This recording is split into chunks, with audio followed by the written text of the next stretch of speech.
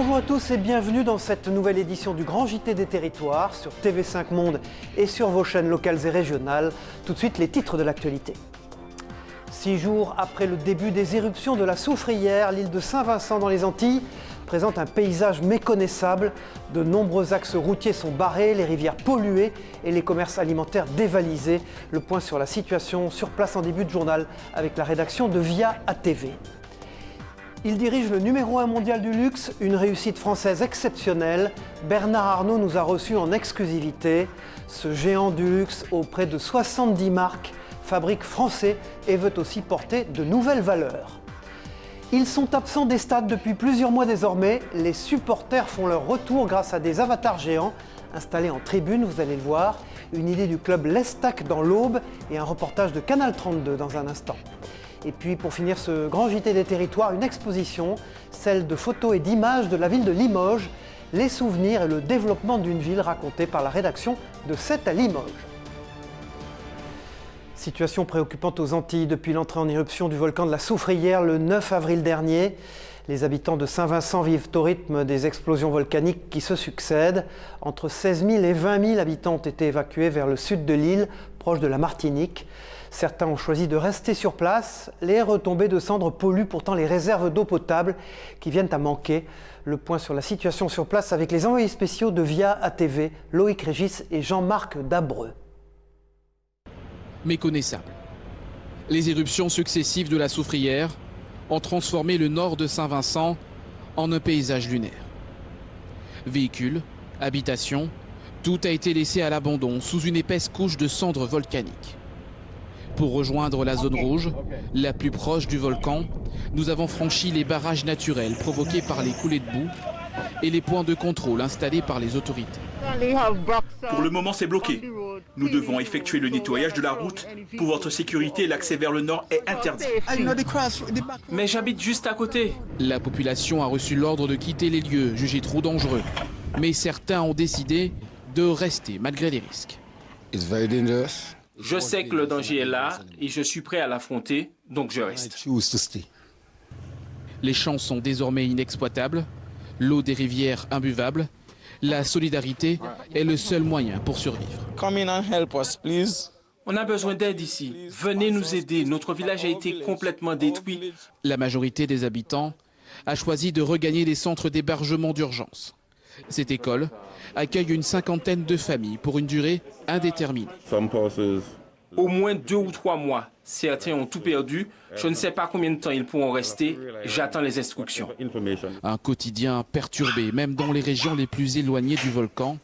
François, français, dentiste installé ici depuis 30 ans, fait face à des coupures d'eau courante comme 80% des résidents de l'île. Donc pas de machine, pas de douche, on a des conteneurs d'eau un peu partout et mon cabinet est fermé.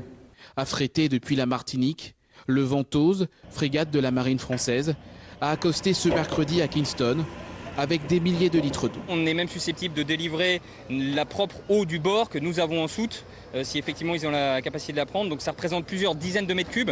L'aéroport international de Saint-Vincent est fermé depuis une semaine en raison de la présence de cendres volcaniques dans l'atmosphère. C'est extrêmement dangereux pour les avions.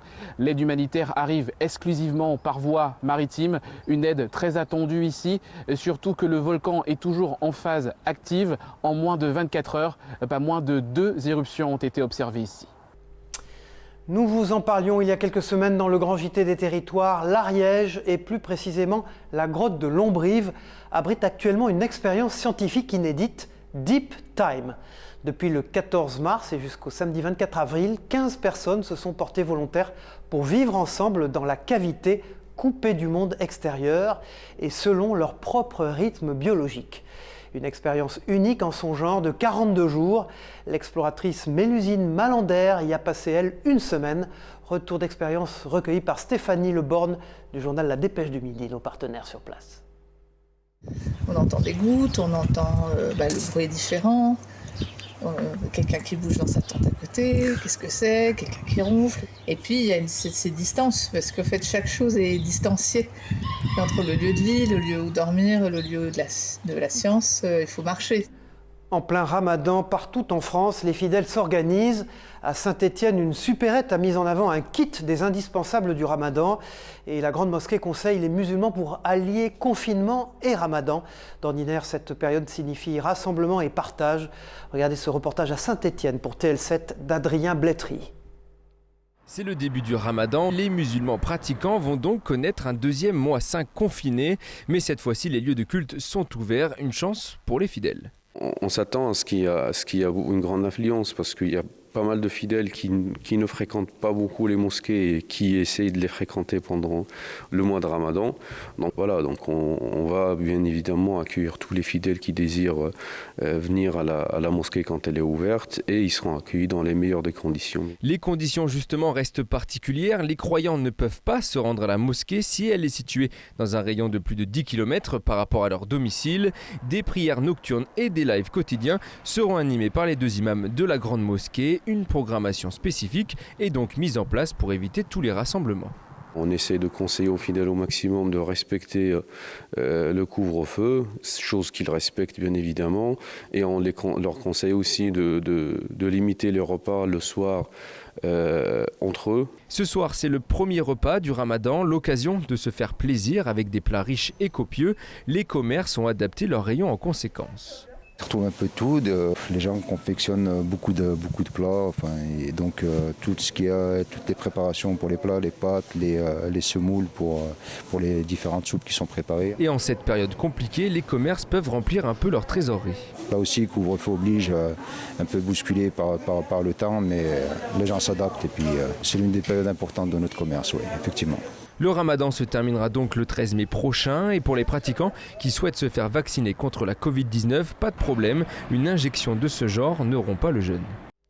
La crise épidémique n'est bien sûr pas sans impact sur le tissu économique de nos régions. Nous vous en parlons chaque semaine dans ce grand JT des territoires.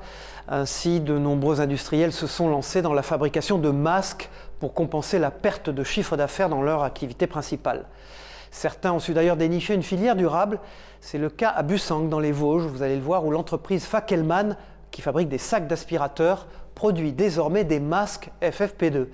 Bien plus qu'un complément de revenus, regardez ce reportage de Via Vosges signé Anthony Sapp et Denis Lequienne. C'est l'histoire d'une entreprise qui, c'est le moins que l'on puisse dire, sait s'adapter. Elle a vu le jour en 1973, ici, à Bussang. Elle s'appelait alors Gamme, pour groupement d'articles ménagers. Rachetée en 1994 par le groupe allemand Fackelmann, elle a fabriqué des ustensiles de cuisine, puis des sacs pour aspirateurs et depuis quelques mois, face à une demande évidemment croissante, des masques FFP2 certifiés conformes à la norme européenne. Il en sort près de 2 millions chaque mois vendus en France et à l'étranger et ce chiffre devrait même augmenter dans les semaines à venir. La matière première est la même que celle des sacs pour aspirateurs, travaillés bien sûr autrement, à partir de machines qui ont nécessité 1 million d'euros d'investissement. C'est un marché qui clairement décline d'environ 5% par an. Donc le masque FFP2 est vraiment pour nous un relais de croissance important. Fackelmann a su s'adapter au marché, se créer un nouveau savoir-faire, même s'il aura fallu 3 mois pour apprendre, tester et fabriquer le premier masque parfait, avec des tests réguliers d'un organisme néerlandais indépendant, des tests en interne également. Fackelmann continue de produire des sacs pour aspirateurs pour la grande distribution notamment, mais l'avenir pour l'entreprise vosgienne, c'est bien le masque FFP2. Notre stratégie, c'est effectivement de viser des marchés de la santé, comme les hôpitaux, comme les EHPAD, et ainsi que l'industrie et les collectivités locales, ce qui nous permet de ne pas être dépendants juste du grand public. Une stratégie qui permet aussi de Vosgiens de Fackelmann de voir l'avenir avec sérénité, d'autant que seulement une dizaine d'entreprises en France fabriquent ce genre de masque FFP2. Le chiffre d'affaires devrait atteindre les 22 millions d'euros cette année. Reste enfin le problème du recyclage, une question sur laquelle Fackelmann se penche actuellement pour y trouver la réponse la plus éco-citoyenne possible. Et puis il s'est imposé depuis le premier confinement, le télétravail a révolutionné l'organisation des entreprises avec ses avantages et ses inconvénients bien sûr. À Saint-Germain-en-Laye, dans les Yvelines, un ingénieur a inventé une table basse qui se transforme en bureau, mais surtout en station informatique. Une innovation pratique et d'avenir. Un reportage d'Éléonore Sinoquet pour la rédaction yvelinoise. Regardez. Une table basse qui se transforme en moins de 30 secondes en bureau, c'est l'invention d'Omar Seck, ingénieur polyvalent et habitant de Saint-Germain-en-Laye.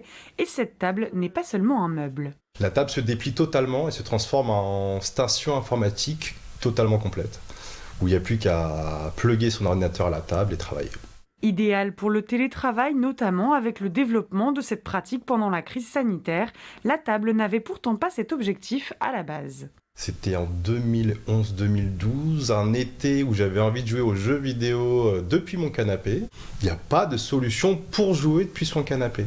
Et donc je me suis amusé cet été-là à bricoler un premier prototype de table qui se range facilement le soir. Un, puis deux, puis trois prototypes plus tard, Omar Seck crée la Jobstable. La table s'adapte donc à la taille de la personne, utilisable sur un canapé ou avec une chaise de bureau classique. Elle est aussi à la pointe de la technologie. Enceinte, rangement pour disque dur ou encore écran 27 pouces, mais pas que. La table intègre de base une vitre, alors c'est assez spécifique, ça n'existe pas ailleurs, une vitre tactile. C'est-à-dire que le plateau vitré de la table intègre déjà un clavier tactile et un trackpad tactile qui fait que dans l'utilisation la plus simple de la table, vous n'avez même pas à sortir un clavier et une souris, c'est même déjà ça aussi intégré dans la table. Aujourd'hui, son objectif est bien sûr de trouver des clients pour vendre sa table, un produit autour des 3 000 €. Omar Seck devrait aussi participer au concours Lépine prochainement. L'édition 2020 avait été annulée, mais sa table est toujours en lice pour 2021, si la crise sanitaire le permet. L'économie dans nos régions maintenant, dans ce grand JT des territoires. Avec vous, Michel Picot, bonjour. Aujourd'hui, vous nous présentez une TPE peu connue en France.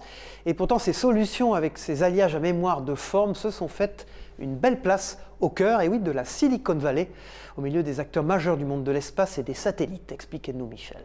Bonjour Cyril. Bonjour à tous, je vous emmène aujourd'hui à Mécleuve. C'est un petit village de 1200 habitants au cœur de la campagne mosellane. Et c'est là que l'on retrouve Nimesis Technologies, une TPE extrêmement innovante dont la plupart des innovations se retrouvent quelque part dans l'espace. Concrètement, ils sont spécialistes des alliages à mémoire de forme. Ces alliages gardent donc en mémoire leur forme originale, mais vous pouvez les déformer ou les obliger à avoir une autre forme. Ensuite, avec un peu de chaleur, ils reviennent à leur forme initiale. Ils sont souvent utilisés dans le domaine médical, par exemple, pour les stents insérés dans une artère humaine. On utilise ici souvent un alliage de nickel et de titane baptisé le nitinol. Nimesis est aussi impliqué dans la conception du futur pancréas artificiel pour soigner le diabète de type 1. Nimesis Technologies travaille beaucoup dans le domaine médical, certes, mais aussi dans le domaine spatial. La TPE a d'ailleurs mis au point le Trigui, un actionneur nouvelle génération très compact et fiable. Ils sont les seuls au monde à avoir créé ce mécanisme grâce à leur propre alliage à mémoire de forme. Ces actionneurs sont utilisés sur les satellites pour déployer par exemple une antenne ou un panneau solaire. Nimesis est devenue la seule entreprise européenne, voire mondiale, capable de fournir des actionneurs intelligents et performants pour ces satellites. Comme vous le savez, pas moins de 10 000 de ces engins spatiaux seront lancés dans les 10 ans à venir. Nimesis est peut-être peu connu dans notre pays, mais ses solutions se retrouvent bien souvent dans les grandes entreprises innovantes de la Silicon Valley. Merci Michel Picot. Rendez-vous dans une prochaine édition du Grand JT des Territoires.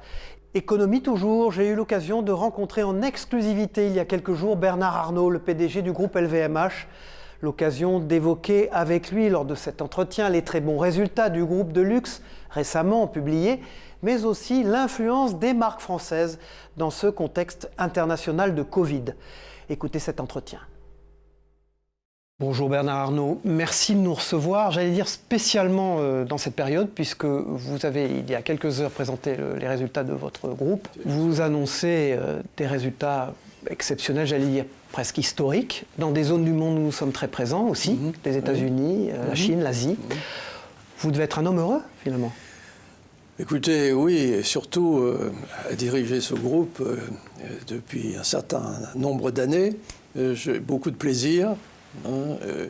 Beaucoup de satisfaction et en plus, comme je l'espère, pas mal de mes collaborateurs, je m'amuse beaucoup. Voilà.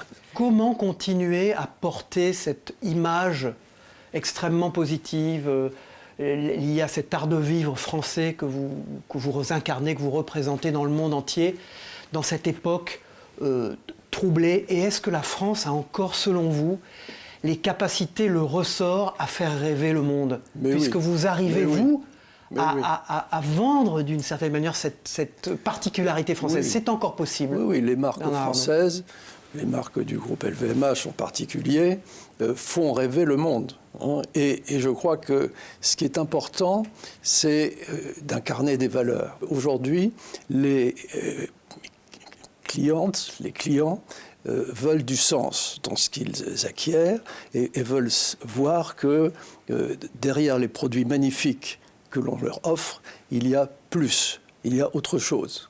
Par exemple, vous parliez de la crise du Covid.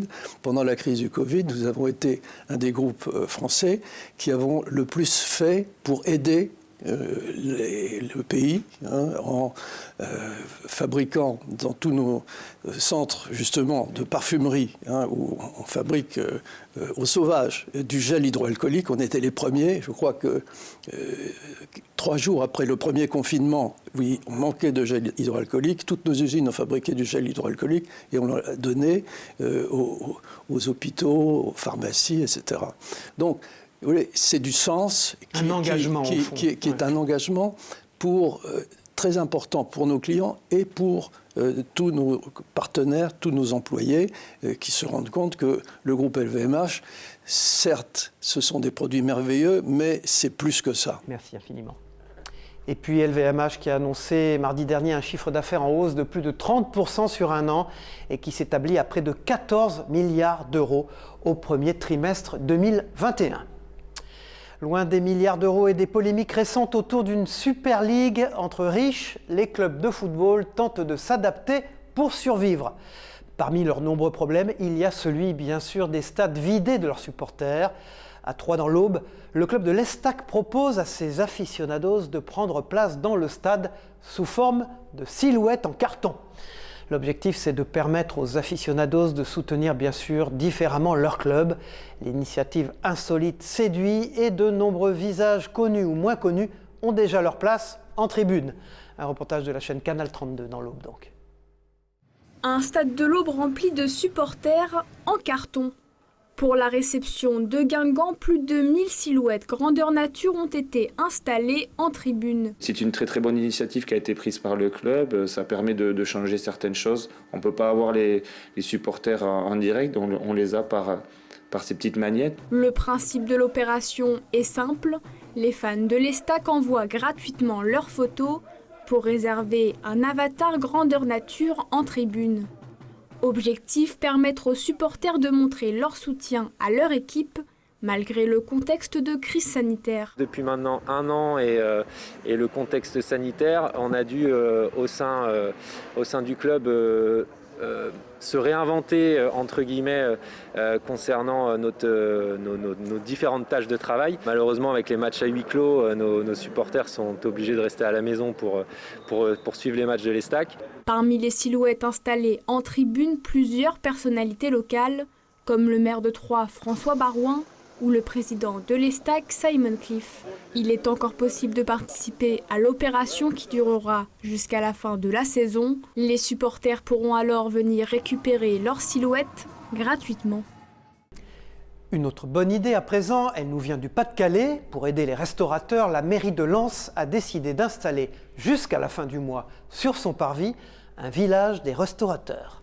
Des chalets ont ainsi été mis à disposition des 17 participants.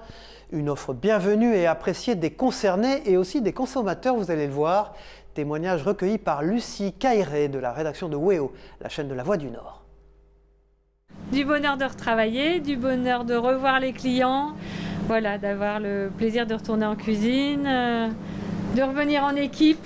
Ça nous fait du bien et puis en plus on a du soleil donc franchement c'est agréable. Donc non, on va revenir et on va les soutenir et puis on a hâte que ça réouvre. Ils sont marchands mais aussi super-héros des villages corses. Les commerces itinérants sont attendus par tous les habitants qui voient ainsi venir à eux les denrées alimentaires de première nécessité. S'il y a aujourd'hui beaucoup moins de vendeurs ambulants, ces derniers, traglini comme on les appelle en Corse, continuent de créer le lien social et animent le quotidien des habitants ruraux. Une pratique qui tente aussi à retrouver un nouveau souffle en cette période de confinement. Écoutez ces réactions au micro de la rédaction de Via Télé Paese sur place. Je livre le pain dans les villages, la plupart des habitués sont toujours là, surtout les personnes âgées. Et c'est vrai que dans les villages, on a besoin de cet apport, justement, que ce soit le boucher, le boulanger, tout ça. Voilà. On a beaucoup de chance d'avoir une très bonne viande livrée à domicile et à un tarif qui est au moins égal à celui de la distribution. Profitons de ces événements Covid pour se rapprocher de nos agriculteurs, de nos éleveurs. Si on ne le fait pas maintenant, on ne le fera jamais. Protéger des oiseaux en déclin, c'est l'objectif du nichoir urbain installé il y a peu à Montpellier. C'est une première en France et l'équipement abrite 25 nids et tente de reproduire le plus fidèlement possible les conditions de vie des volatiles. Précision avec ce reportage d'Antoine Mihail, journaliste pour nos partenaires de Via Occitanie sur place. Il fait 4 mètres de hauteur, est constitué principalement de bois et avec ses 25 nids, il accueille désormais les volatiles qui sillonnent la ville de Montpellier. Là, à l'intérieur, on a 6 nids d'hirondelles rustiques et un nid de rouge-queue. C'est une habitude de nicher. Les hirondelles rustiques ont tendance à nicher sur les structures hautes en intérieur à l'abri du vent, contrairement aux hirondelles de fenêtre qu'on connaît qui s'abritent généralement sous les avancées de toiture et plutôt à l'extérieur des bâtiments.